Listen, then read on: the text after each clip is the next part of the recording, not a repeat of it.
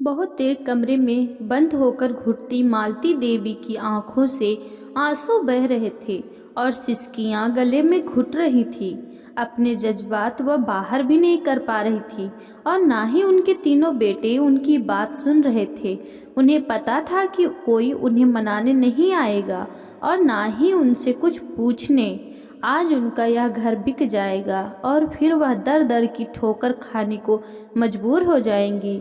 उनके तीन बेटे, तीन दरवाजे, साल के 4-4 महीने एक एक दरवाजे, यही उनकी जिंदगी का आखिरी पड़ाव होगा। उनके पति माधव जी को गुजरे हुए 2 साल होने जा रहे थे। उनकी कमी तो कोई भी नहीं पूरा कर सकता, लेकिन उनका बनाया हुआ यह छत उनके लिए एकमात्र छत्र छाया की तरह था, जिसके नीचे वह शान से जी रही थी। मालती जी बहुत देरी तक दरवाजे की तरफ टकटकी लगाकर देखती रही। कोई भी नहीं आया। मायूस होकर वह बिस्तर पर लेट गई। लेटते ही उनके दिमाग में कई ख्यालात उधम मचाने लगे। आज सुबह फिर से तीनों बेटों के साथ उनकी बहसबाजी हो गई थी। तीनों की एक ही जुबान थी, तीनों ही इस घर को बेचना चाहते थे। मालती देवी का कहना था कि उनके जीते जी इस घर को वो कैसे छोड़ दे। वैसे भी उनके पिता ने तीनों के हिस्से तो दे दिए हैं। यह घर उनके लिए एक छत की तरह है, उनके लिए छोड़ दो। लेकिन बेटे थे कि उनकी बात सुनने को तैयार ही नहीं थे। उन तीनों का कहना था कि माँ तीनों बेटों के घर रहें, उनकी जिंदगी आराम से कट जाएगी। मालती देवी अब कैसे समझाएं कि अपना घर अपना होता है, दूसरे का घर दूसरा।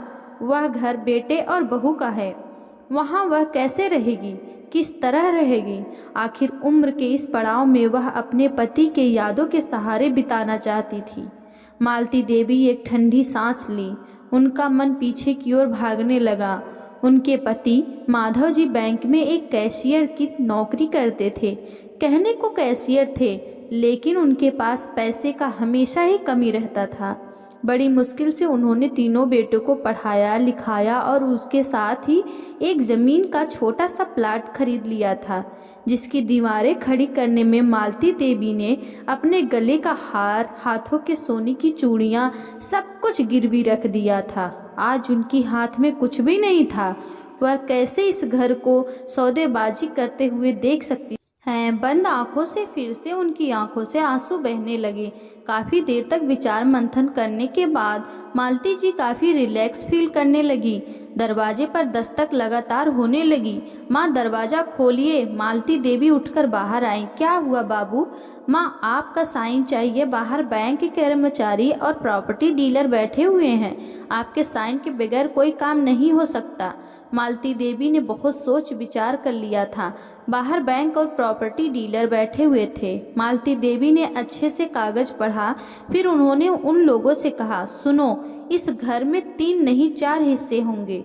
जो पैसा मिलेगा उससे 4 हिस्से होंगे, जिसमें एक मेरा भी होगा। तीनों बेटों को तो सांप सूंघ गया था। उन्होंने कहा, माँ आप ऐसी बातें क्यों कर रही हैं? क्योंकि यह घर मेरा है, मेरी मर्जी। मेरी साइन के बिना जब कुछ भी नहीं हो सकता तो मैं तुम लोगों को सारा क्यों दे दूं? तुम लोगों के हिस्से तुम लोगों को मिल चुके हैं। अब तुम लोगों की नीयत खराब हो गई है। मुझे जीते जी घर से बेदखल नहीं कर सकते। यह मेरी जिंदगी है, मेरी मर्जी। उन्होंने प्रॉपर्टी डीलर और कर्मचारी से कहा, इस घर को बनाने में मैंने अपने खून पसीने, यहाँ तक कि अपने सोने के सारे गहने तक बेच दिया। अब मेरे पास कुछ भी नहीं है। यह मेरा घर मेरे लिए छत है। मेरे बच्चे मुझसे यह आशियाना भी छीन लेना चाहते हैं। मैं यह कभी नहीं होने दूंगी। मेरे जीते जी यह संभव नहीं है।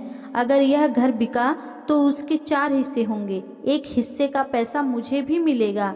बैंक के अधिकारी और प्रॉपर्टी डीलर दोनों ने तालियां बजाते हुए कहा, यदि महिलाएं आप जैसी सक्षम हो जाएं तो समाज बदल जाएगा माता जी। बिल्कुल सही बात है। आपके जीते जी आपका यह घर आपसे नहीं छीन सकता है। मैं चलता हूँ, नमस्ते। मालती देवी के तीनों बेटे सिर झुकाए खड़े थे। मालती देवी ने उनसे कहा, जैसे इतने दिनों तक झेल लिए वैसे ही कुछ दिनों और। पता नहीं कब ये सांस थम जाए, लेकिन तब तक मुझे मेरे इस घर से मत निकालो। यहाँ कई यादें हैं जो मुझे जिंदा रखती हैं। तुम्हारे पापा हर कोने में नजर आते हैं बेटा, कहीं गए नहीं। आगे के शब्द सिसकियों में दब गई। मालती देवी फूट फूट कर रो पड़ी। उनके तीनों बेटों ने उनसे माफ़ी मांगी और कहा, माँ हम गलत थे, हमें माफ़ कर दीजिए।